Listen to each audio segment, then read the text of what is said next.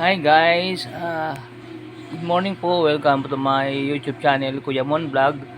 Ay, salamat sa Diyos. Guys, ano ko, nagre-relax lang ako yan ngayon. Hoping for relaxation, no inconveniencing happen. Kasi ano ko ngayon nasa relaxation time ako Nakatapos na ako ng aking mga gampanin sa unang-una, gampanin ko sa Panginoon. Kasi pag nakagawa ko na yun, parang pakaramdam ko pwede na ako mag-relax Tapos nakapaglingkod na rin ako sa nanay ko. Ang balik ko pa sa kanya sa sa Lunes pa. Kaya sabi ko, sana wala naman munang maging mga hassle na mangyari. Yung biglang mayroong hassle na. Kasi minsan merong kalam, nagre-relax ka, biglang mayroong kagaya nung nakaraang hindi ko naman sinusumbat yung, kumbaga inaano ko lang, pinapangarap ko sana wala ngayon. Gusto ko ngayon yung mag-relax ako ngayon ng true relaxation, tawag dito, no hesitation happen. Yung mga nakaka-bad trip bang mga kasi kagaya nun, hindi naman ako nababad trip kasi nanay ko siyempre yung mga sana wala mo ng mga aberyang mga pangyayari. Yung kagaya nun, di ba, nung umuwi ako nun, nung kailan ba yun, nung Lunes, nagre-relax na ako nun tapos kakain na kami ng tanghali, biglang siyempre hindi ko naman pwedeng pabayaan yung nanay ko noon dahil ako lang naman ang pwede niyang asahang lalaki na biglang ayaw daw gumana ng nila, yung kala nila alas 2 na noon, pakain na kami noon, nakahain na yung asawa ko. Siyempre ako naman naisip ko, kami nga kakain sila hindi pa kumakain, magluluto pa lang, naubusan ng gasol. Tapos biglang bumuhos ang malakas na ulan. Tapos malakas na hangin, tapos balitang nag-low tide pa diyan sa Bisayaan, tsaka diyan sa may diyan kasi tabing aplaya kami. Siyempre tatakot yung asawa ko, ayaw kong palakarin dahil nagbabadyang nag-anong RNDMC na naman nag-warning, nagbabadya daw na malakas na pag-ulan tsaka mga pagguho ng lupa. Siyempre dadaanan ko, di ba, kalapantayan bago gumawa lupa. Takot asawa ko. Sabi ko, hindi, paano ka kuya, tayo kako kakain na lang, nakahain na diyan sa lamesa yung mama ko kako magluluto pa lang, di pa sila nakakaluto. Pinuntahan ko ngayon. Hopefully naman po naayos ko naman. Wala naman po palang ang problema lang, salamat sa Diyos, ang naging problema lang pala yung ignition. Pwedeng remedyohan, posporo lang ang kailangan. Kasi kung iba yung sira nun, baka hindi ko magawa.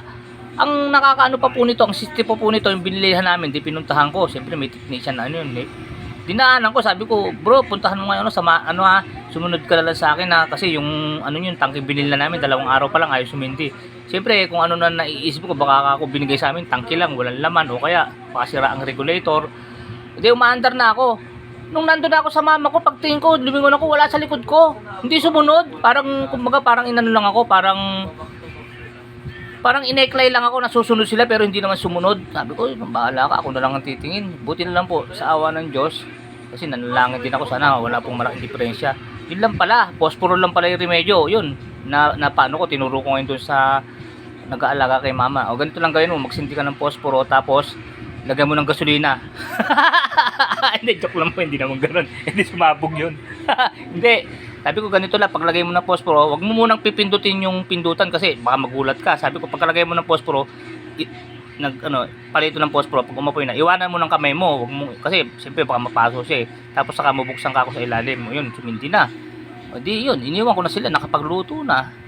Tapos umuwi na ako. Ngayon, katatapos ko lang siyempre, kanina naman nag-charge ako. Tapos pagdating ko dito, nag-almusal ng konti, pantagdag sa, actually nag-almusal na rin naman ako sa church, minom ko ng kape. Pero siyempre iba yung talagang kasama ko sila na total almusal, yung pandesal, tapos may puto, tapos meron pang nakabili yung manugang ko ng pansit malabon tsaka pansit kanton, na yung mga lang ba, yung mga tiga lang, mga tig 15, tig 20, mga ganun lang, yung mga short order lang sa mga turo-turong maliliit na bilihan diyan sa mga, maraming ganun dito sa Kalapakuan yung mga simpleng lang, pero okay na rin sa amin yun, parang masarap na rin pagsalusaluhan.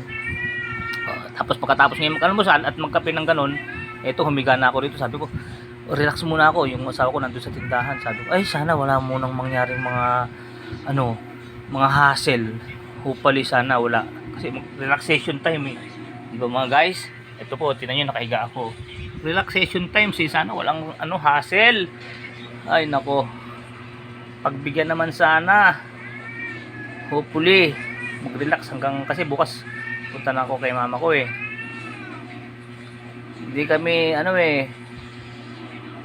basta yung lakad namin parang hindi natuloy, kaya ano, dapat dapat ngayon nasa apalit na kami ngayong oras na ito hindi kami natuloy.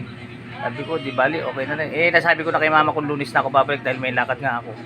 Didiretso ko na to. Lunes na ako babalik. Bukas na kasi alanganin na rin naman, nakalabas na ako ng church anong oras na kaya tutuloy ko na to. Kaya sabi ko, hopefully sana wala munang hassle, makapag-relax ako. Di ba mga guys? Kasi minsan masarap yung ganyan, hila-hilata ka na wala sanang maging abirya. Dito po nakaiga po ako sa higaan namin. Ayan. Relax lang muna. Basta ang mahalaga, paglingkod na tayo sa Panginoon, yun ang unang mahalaga Yun, marirelax na isip mo pag nagawa mo na yun Kasi pag hanggat di ka pa nakakapaglingkod sa Diyos, puro paglilingkod lang sa sariling katawan mo ginawa mo, parang kulang parang kulang ang pagre-relax mo parang parang hindi payapa yung utak mo. Kailangan muna makapagsilbi ka muna sa Panginoon ng mararamdaman mo yung kapayapaan pagka ganun Tapos pwede ka na maghiga-higa, di ba? Di ba mga guys? Ayon lang po sa aming paniniwala yun. Talaga naman po talaga kanina nung paniniwala, yun talaga ang totoo. Kung nakapaglingkod ka na sa Diyos, parang pwede ka na mag-relax, parang pakiramdam mo okay na.